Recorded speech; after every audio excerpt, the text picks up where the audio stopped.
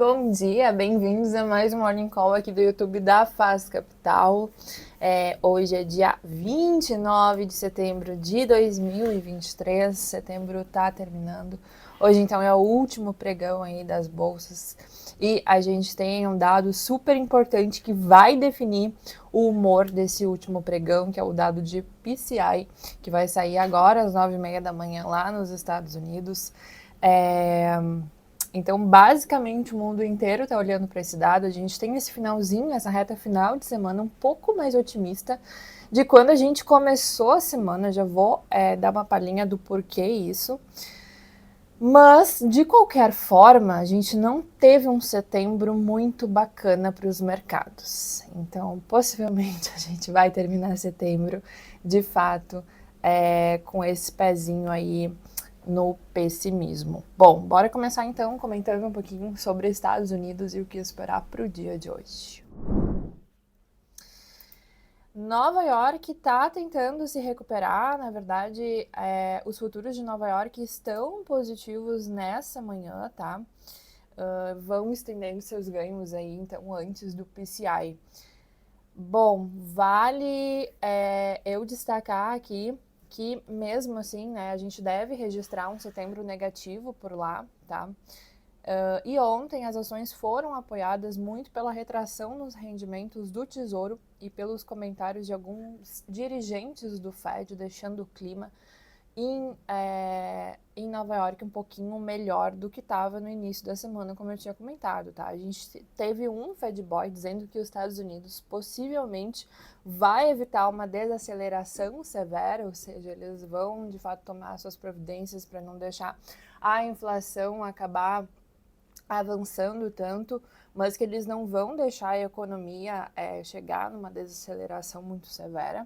E teve outro, então, Fed Boy também afirmando que a preocupação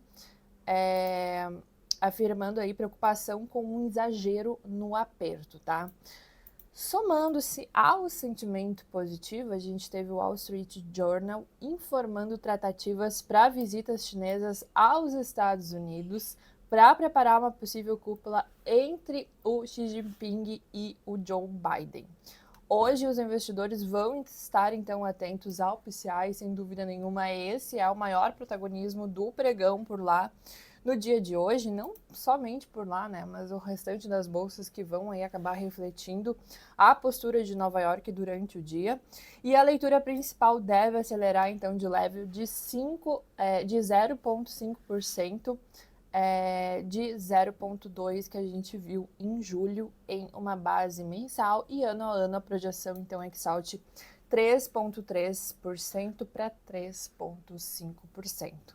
Qualquer leitura muito diferente disso, do que os analistas esperam, a gente pode sim esperar um pessimismo vindo e avançando de novo para esse final de semana, tá? Bom, vamos comentar então como que fechou a Ásia.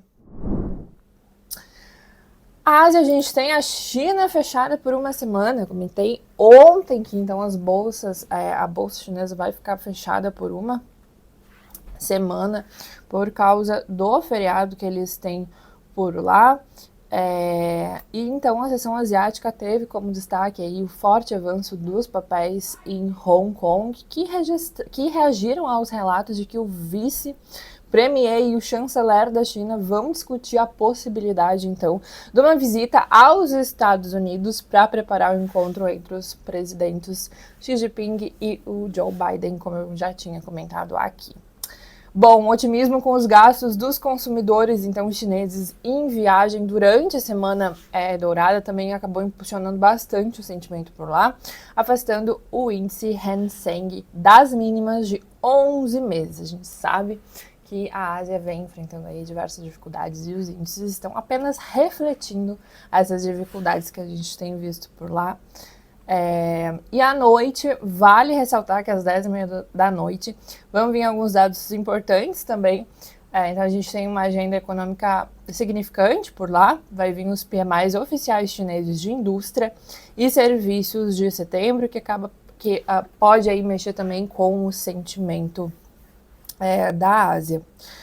Na contramão, obviamente, né, a gente tem a Ásia bastante cautelosa aí à espera, a gente teve bastante cautelosa à espera do PCI dos Estados Unidos, e o Tóquio acabou fechando perto da estabilidade após, então, a queda da confiança do consumidor japonês à mínima em 6 meses. Sobre a Europa, sem muita direção da Ásia, a Europa acaba seguindo Nova York, então tentando pegar um pouquinho do otimismo por lá, mas as bolsas ficam na estabilidade. De fato, o que vai dizer qual é o sentimento hoje por lá e como as bolsas vão fechar nesse último pregão do mês, eu ia falar do ano, mas do mês, é sem dúvida nenhuma o dado de PCI e como ele vai ser encarado aí pelos mercados. E entrando em Brasil, a gente teve aqui uma piora com o cenário externo, obviamente. Eu tinha comentado lá na segunda-feira que isso era muito evidente, até porque na terça-feira a gente teve IPCA 15 saindo, a gente teve ata do Copom saindo, e nada acabou sendo muito protagonista justamente por causa do nosso cenário externo. E foi isso que o Roberto Campos Neto acabou ressaltando em um dos discursos que ele fez, e disse que vai ter um posicionamento aí mais conservador na curva de juros e vai elevar as previsões para a Selic justamente por causa dessa piora global. Bom, a gente também tem o Roberto Campos Neto, ele que se encontrou anteontem, se eu não me engano, no finalzinho do dia, com o Lula pela primeira vez. A gente tem ele em mais um evento no dia de hoje.